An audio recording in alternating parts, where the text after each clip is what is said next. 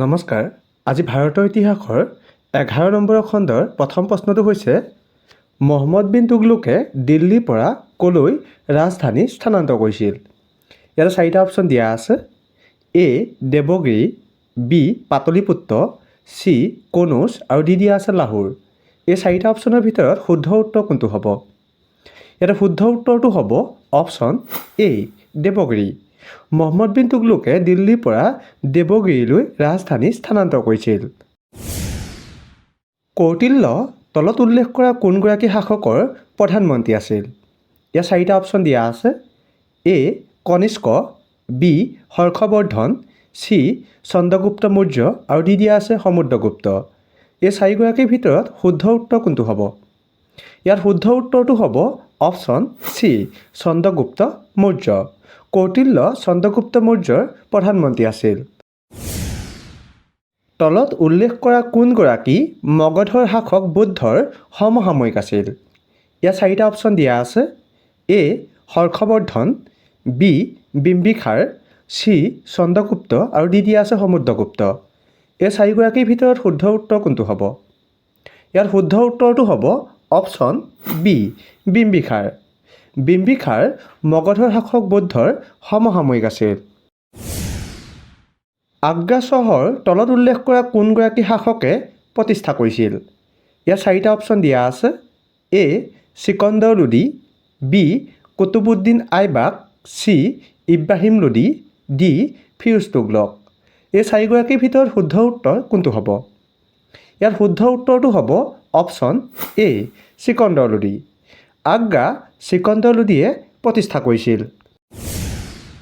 সম্ৰাট অশোকে কেতিয়া কলিংগ বিজয় কৰিছিল?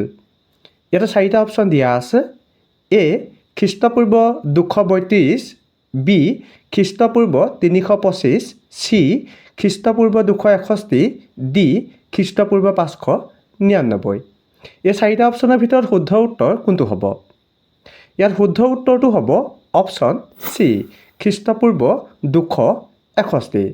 সম্ৰাট অশোকে খ্ৰীষ্টপূৰ্ব 261ত কলিংগ বিজয় কৰিছিল।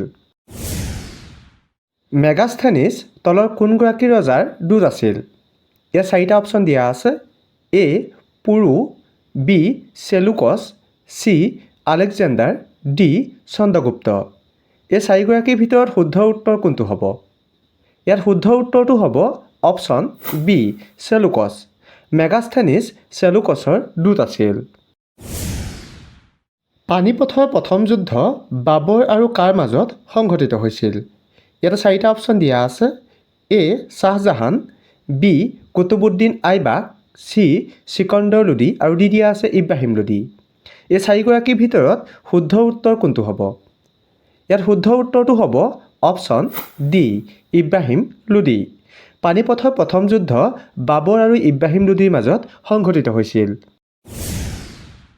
বাহমনি বংশৰ শাসক আলাউদ্দিন বাহমান শ্বাহৰ ৰাজধানী ক'ত আছিল? ইয়াতে চাৰিটা অপশ্যন দিয়া আছে। এ বিজাপুৰ, বি পাটলিপুত্ৰ, চি গুলবাৰ্গ আৰু ডি দিয়া আছে কনৌজ। এই চাৰিটা অপশ্যনৰ ভিতৰত শুদ্ধ উত্তৰ কোনটো হ'ব? ইয়াত শুদ্ধ উত্তৰটো হ'ব অপশ্যন চি গুলবাৰ্গ। বাহমনি বংশৰ শাসক আলাউদ্দিন বাহমান শ্বাহৰ ৰাজধানী আছিল গুলবাৰ্গত। শ্বেৰ শ্বাহ ছুৰীয়ে তলৰ কোনটো বংশ প্ৰতিষ্ঠা কৰিছিল? ইয়াতে চাৰিটা অপশ্যন দিয়া আছে। এ দিয়া আছে চুৰ, বি দিয়া আছে যাদৱ, চি দিয়া আছে মৌৰ্য আৰু ডি দিয়া আছে পাল বংশ। এই চাৰিটা অপশ্যনৰ ভিতৰত শুদ্ধ উত্তৰ কোনটো হ'ব? ইয়াতে শুদ্ধ উত্তৰটো হ'ব অপশ্যন এ চুৰ বংশ। শ্বেৰ শ্বাহ ছুৰীয়ে চুৰ বংশ প্ৰতিষ্ঠা কৰিছিল। এইটো খণ্ডত আপোনালোকলৈ আগবঢ়োৱা প্ৰশ্নটো হৈছে পাল বংশ তলত উল্লেখ কৰা কোনগৰাকীয়ে প্ৰতিষ্ঠা কৰিছিল? ইয়াত চাৰিটা অপশ্যন দিয়া আছে। এ দিয়া আছে বিম্বিসাৰ, বি দিয়া আছে গোপাল, চি দিয়া আছে শ্ৰীগুপ্ত আৰু ডি দিয়া আছে আদিল শ্বাহ। এই চাৰিগৰাকীৰ ভিতৰত শুদ্ধ উত্তৰ কোনটো হ'ব আপোনালোকে কমেণ্ট কৰি জনাব।